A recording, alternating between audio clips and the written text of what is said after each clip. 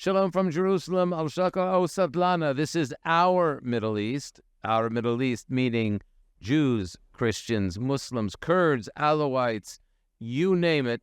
This is a Middle East constructed of so many minorities, a thriving, complex, colorful region that is renewing and also becoming more dangerous at the same time. And today we're talking about artificial intelligence. A game changer can be a deadly game changer and can also help the Middle East stabilize itself.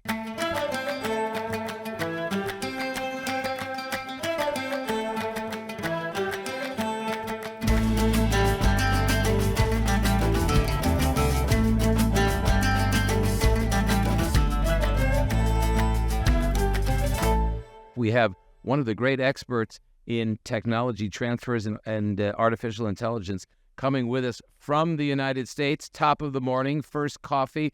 Harry Rubin, a senior partner for technology at Kramer Levin law firm. Harry has been a longtime expert in technology transfer, having published widely on the issue. He is a Harvard University graduate, a Columbia Law School graduate, international law expert, and a major expert in German-Israeli relations. Very, very happy and honored to have you, Harry Rubin, on the program. Harry, AI, artificial intelligence, changing the face of Middle Eastern national security issues, military operations. Let's give us an overview of the significance of AI when it comes to this very complex Middle East that faces obstacles and opportunity. Thank you, Daniel. Yes, it's very easy to get caught up in hyperbole when one talks about AI, but this is really the real thing. People have likened it to the Industrial Revolution. Henry Kissinger and Warren Buffett talked about it being equal to the invention of the nuclear bomb. Numerous technology experts around the world have called this an existential threat to humanity and a world changer. And, I'm going to try to be careful because I know that some people think that all lawyers' intelligence is artificial. Try to keep it real. The issue really is that since the advent of computing itself, and probably the internet, there has been anything as transformative as this. We are dealing with technologies that are able to create their own parallel reality, that are able to generate outputs, data, video, materials at incredible speed, and where we are not able to pinpoint the source or test the accuracy. So this can be an enormous blessing, and it will be and already has been, but it can always be an enormous threat to stability, global and regional. And I think we should dig down a bit further as to why that is, and, what Israel's role in this can be and how it could impact the Middle East and generally global security. Harry, Israel is way ahead of the game on AI. I mean, there's OpenAI, there's ChatGPT. Israeli scientists have been involved in the development of all of those. And it seems that it really is a game changer, not only on the military battlefield traditionally understood, classically assessed as we've known it, but we're talking about shifts in diplomacy, shifts in defense policy, shifts in culture. I mean, you name it, water, food technology. I mean, every single category that can fall either loosely or more tightly under national security is going to be affected by AI. What is Israel's advantage in your estimation? So Israel clearly is one of the top, I would say maybe 5 technology powers in the world, has already made AI a strategic priority. And just recently, there was a big article in Bloomberg about this, how the Israeli military is using AI for mapping and targeting purposes. And there is no question that Israel is going to be at the forefront of this. However, it is also clear that by far the 2 leading powers in this are obviously the United States and China. And China is not constrained by privacy concerns or individual rights, and they're going full speed on this. They're now in a situation where they have basically controlled their technology companies and made sure that everything that an AI technology company in China does is subject to the purview of the PCC. Now, as you know, the Chinese, Russia, Iran axis has become very, very intimate. Russia is also extremely sophisticated in technology. And so this is something to contend with. The Iranians actually are technologically sophisticated. And one thing to remember about AI is, and this is why I called it the Great Equalizer, you don't need to have nuclear bombs and you don't need to have an air force. You need to have some very sophisticated technology computer people with high power computers with graphical processing units. And that's something that any government can do, and certainly if it puts its mind to it. So on the one hand, Israel clearly has an advantage. On the other hand, the threat is significant. And when you think about the potential for AI, which already we have seen examples of, its own reality, to foment domestic instability, to engage in political and cyber warfare, then you can understand, for example, that if all of a sudden you see videos, artificial videos created of Israeli soldiers abusing Palestinians, and this is purely fictitious, but it's widely disseminated, what this could happen, what this could do. So one has to think about this both defensively and offensively. Absolutely. And what you're saying is it's a great democratizer in terms of the fact that Israel has had since the 1970s a qualitative military edge, having been provided by the United States on the battlefield. So what I understand you to say is that, well, wait a second, that qualitative military edge can be equalized very quickly by creating, new realities, avatars, and false pictures, destabilization, cyber warfare. What is it, in your view, if there are one or two or three things that Israel would have to be nervous about in terms of, whether the Palestinian Authority got a hold of some of these programs, or whether you had computer jockeys sitting in Tehran operating these things? What kinds of scenarios should Israel even think about when it comes to AI? So, for example, this could be easily exploited. The internal division currently in Israel and the judicial reform system.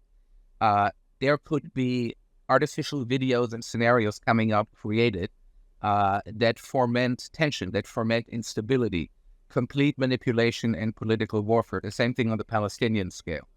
We just had recently in the U.S. a video, a completely artificial video, obviously fake, a deep fake, in fact, that showed China invading Taiwan, and as a result, revolutions happening in San Francisco streets. So there is no limit to what can happen here. And this is what I'm saying. This is why I'm saying, the temptation is for governments and defense forces to focus on the offensive aspect. How do we use AI to make our military more effective for targeting, to mapping purposes? But the defense, in other words, ensuring that this doesn't descend into domestic chaos because of manipulation, is just as important. And obviously, there is another far-reaching danger we should talk about, which is, are we going to be in a situation where AI does more than just, for example, select targets? Is it going to decide when it pulls the trigger? And even worse, are we going to have AI making political and strategic decisions and making policymakers obsolete or sidelined? We could be in that position. Does regulation have a big role here? Is there a pretext to say that lawmakers in the United States, which would probably lead on AI, because in the United States, on the issues of regulation, on the issues of moral constraint, probably lead the rest of the world on because of its political system on these sorts of sensitive legislative issues? Precisely. And in fact, there are all sorts of legislative efforts pending before Congress pertaining to national security, privacy, intellectual property, and people are trying to get their arms around it. Senator Schumer is trying to expedite this. It's a very complicated topic. It involves technology at the highest level, and it involves a lot of legal disciplines and individual rights. And what you're seeing in Europe, and this is a very important point, they are coming up with all sorts of regulations, which, with the best of intentions, which are primarily designed to protect individual rights for the right reasons. But there is the danger that they will overregulate themselves and put the entire AI field and technology companies on the sidelines, and will deter development.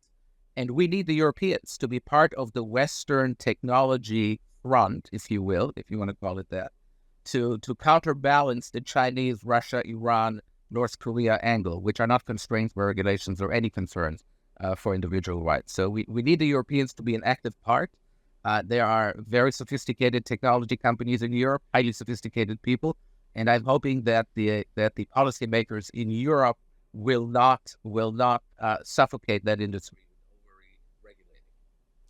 And to what extent is AI put a lot of power in the hands of unfettered, unrestricted private hands in the private sector that basically disallows the public sector from having a relative advantage? I mean, this is just sort of like another high-tech, empirical move, but it has major national security implications, so that the gap between private technology capability and profitability way outweighs public policy and national security policy of major powers.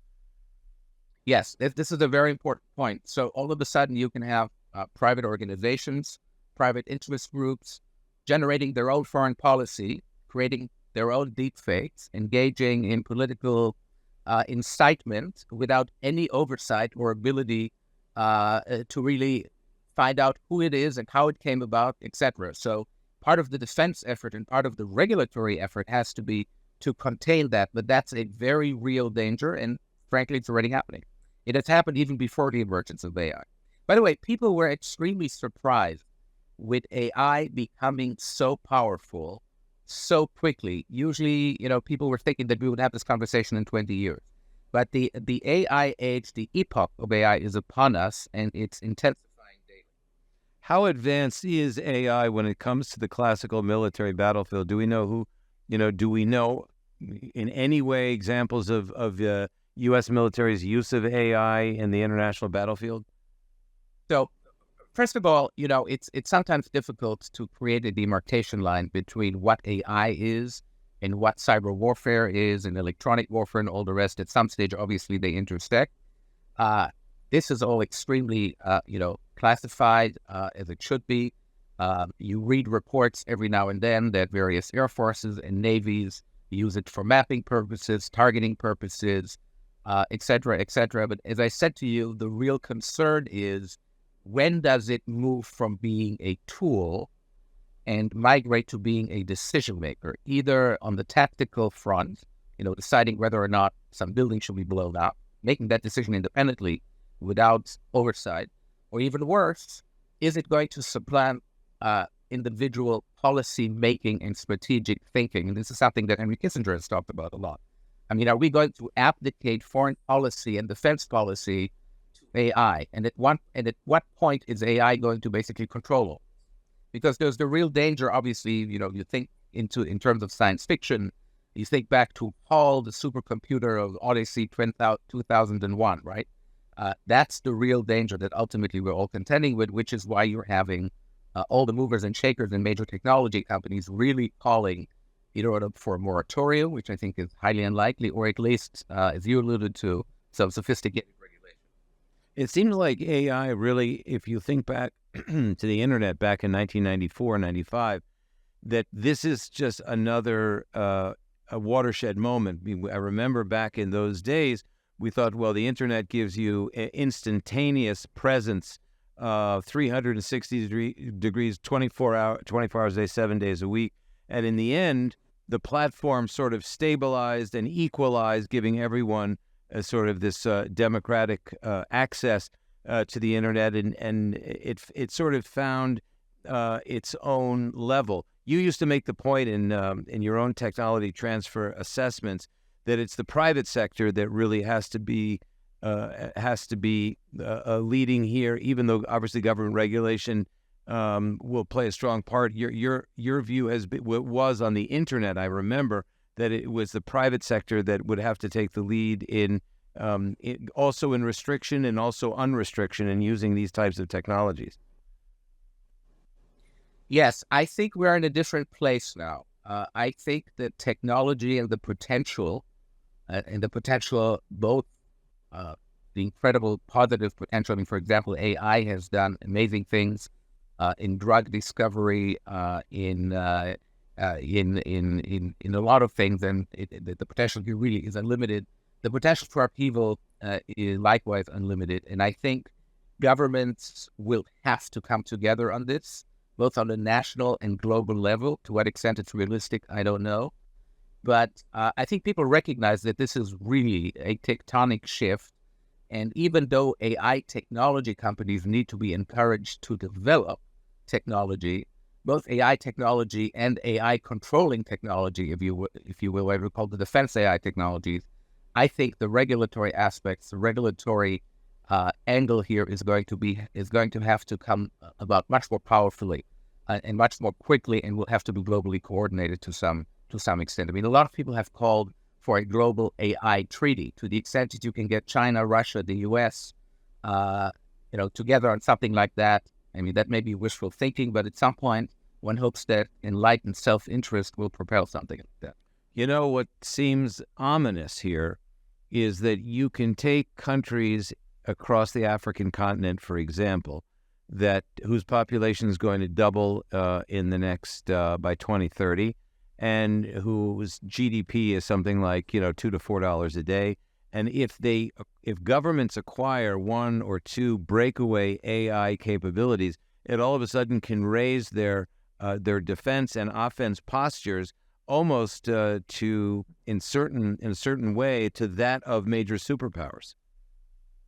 That's exactly right. That's why I called it the Great Equalizer, right? It's a great equalizer on an individual level, but also on a societal, governmental level.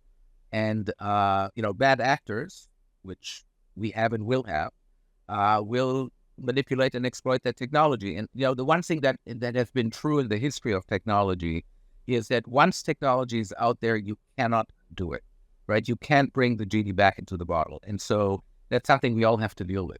But I am somewhat optimistic about the attention that AI has been getting, both the good and the bad, and the rapid response of regulators and legislators in the EU, even though they may get it wrong, and in the US and other countries, that people understand what's happening and what the stakes are. And you really have an unprecedented chorus of highly influential, important people, whether it's statesmen or technology visionaries and executives or technology companies, that understand that this is a fundamental shift in how we have to approach things. And I think something will have to.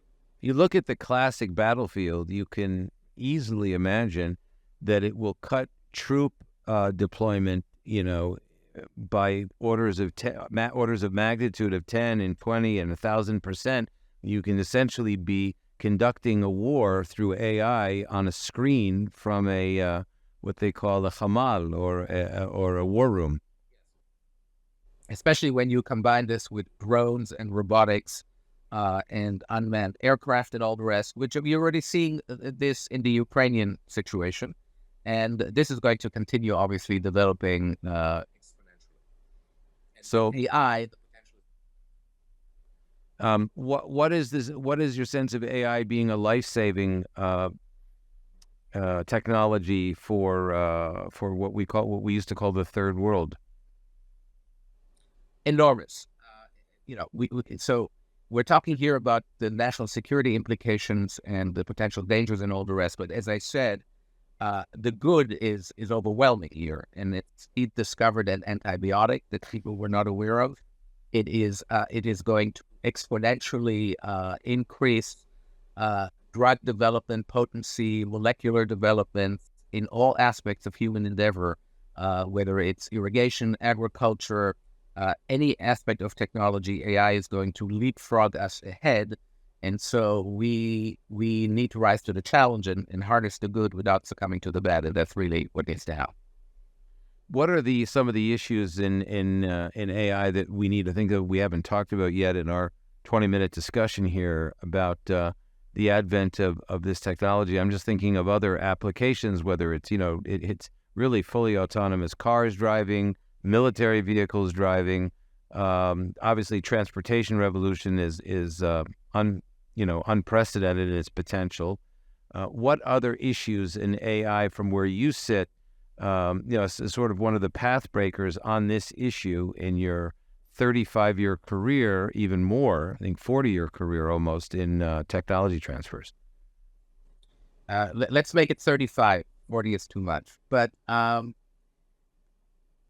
when you think about it analytically, there are really sort of three categories you have to deal with. It's the inputs, right? What goes into the AI machines, if you will.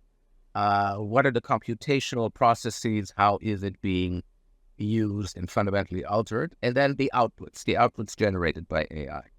And the danger here is that you could be looking at AI in some sense as a polite pathological liar and hallucinator, right? Because it creates its own parallel reality. You are not able to pinpoint or source the output. And as a result, you very frequently have something called what I would call garbage in, garbage out.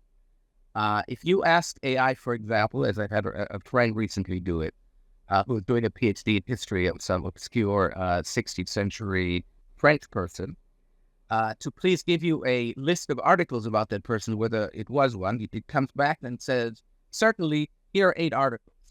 It turns out that none of these articles exist.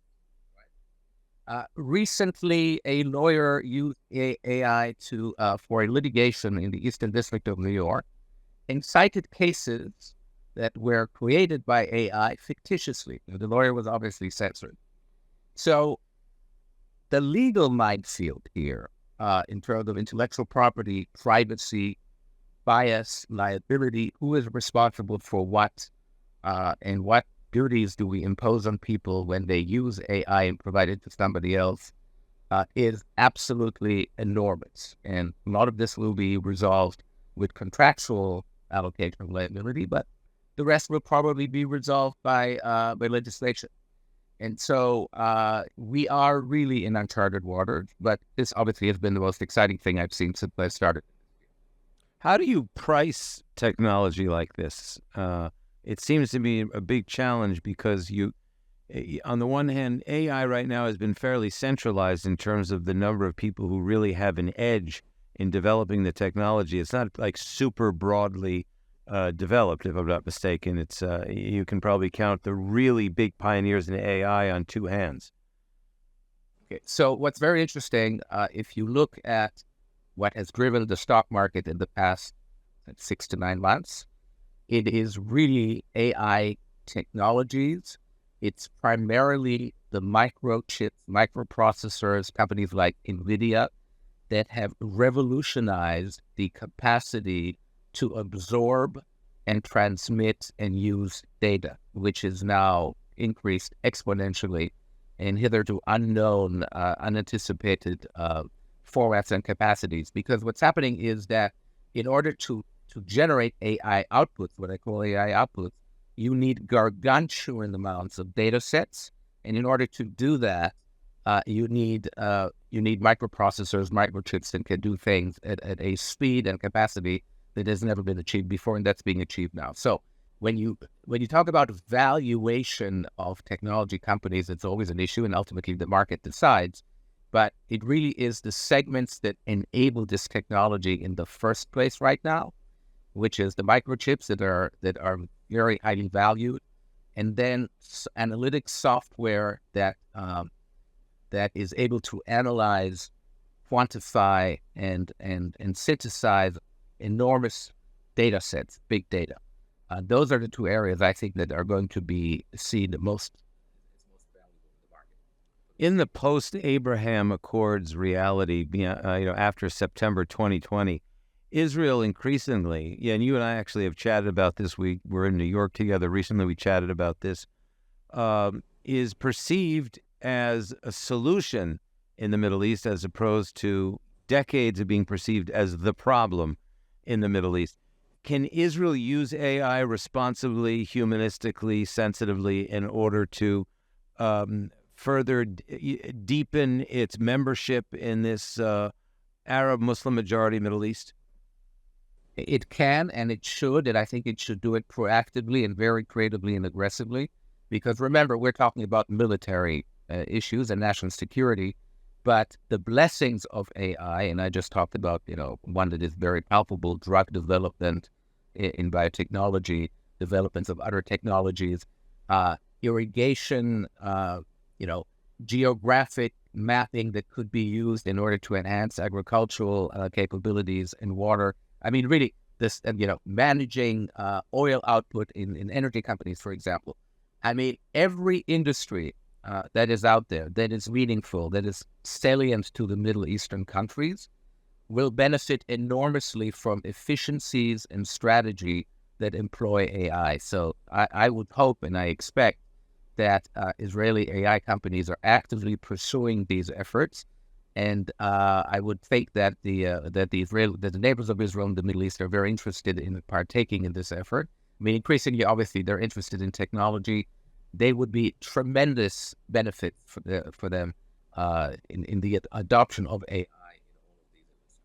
Harry, one of the things that we're doing at the revivified, repositioned Jerusalem Center for Public Affairs, which you and I have been talking about for years since I first joined the Institute or the center back in 2002, is engaging young people, young men and women innovators across the Middle East, in Jerusalem or in London or in Abu Dhabi or even in Saudi, to engage in these types of intellectual and technology discussions, these roundtables. Are you finding that AI development is present within our Arab neighbors in the capitals of the Arab world? I don't have enough visibility to opine on that. I mean, I do know of various initiatives, and I'm thinking. I mean, I think, for example, your institute is ideally situated to provide an umbrella organization to bring people together from the Middle East, and particularly young people, because this is a young people's industry. It's technology, to do that, which will be extremely exciting and beneficial. Well, it's one of the things that we're planning. We'd love to have you come as an expert to lecture on this issue at the roundtable. But what we are doing, funny enough, is identifying young Arab women and men, also in the Palestinian Authority-controlled areas, who are in their 20s, in their 30s, and who are shedding all of the decades-old narratives and propaganda, if I might say, and they're looking forward to innovation, to sharing these technological spaces and intelligence with their Israeli counterparts. And we're at the Jerusalem Center looking very much forward to having these innovation roundtables. We've talked to some stakeholders already in the UK from the Arab world. I think that this probably would be a very good a starter to have an AI roundtable of young innovators. And already here on Our Middle East, I'd like to invite you as a guest, as a masterclass speaker, to have one of these roundtables. I think it's a great way to start. I think it is, and there is no question that the common good in areas that are critical, to the Middle East, medicine, irrigation, agriculture, climate control initiatives, all of these things would be a wonderful way to bridge political differences and bring people together on the basis of common interests. So, well, I think that's the best way. Of saying it. Harry Rubin, technology transfer expert, senior partner at Kramer Levin law firm in New York, an Israeli German by background, Israeli military intelligence by background and training, and will be a Harvard and Columbia grad. Be very happy to have you come make the trip from New York, either to Jerusalem or to Bahrain or to Abu Dhabi or to London, and help lead one of these really futuristic roundtables with young women and men who are going to be defining the future of the Middle East. And I think all credit goes to the former U.S. administration, as well as other stakeholders who really pushed this, as well as Mr. Netanyahu really pushed this Abraham Accord model, which seems to be taking hold and continuing, but really needs content.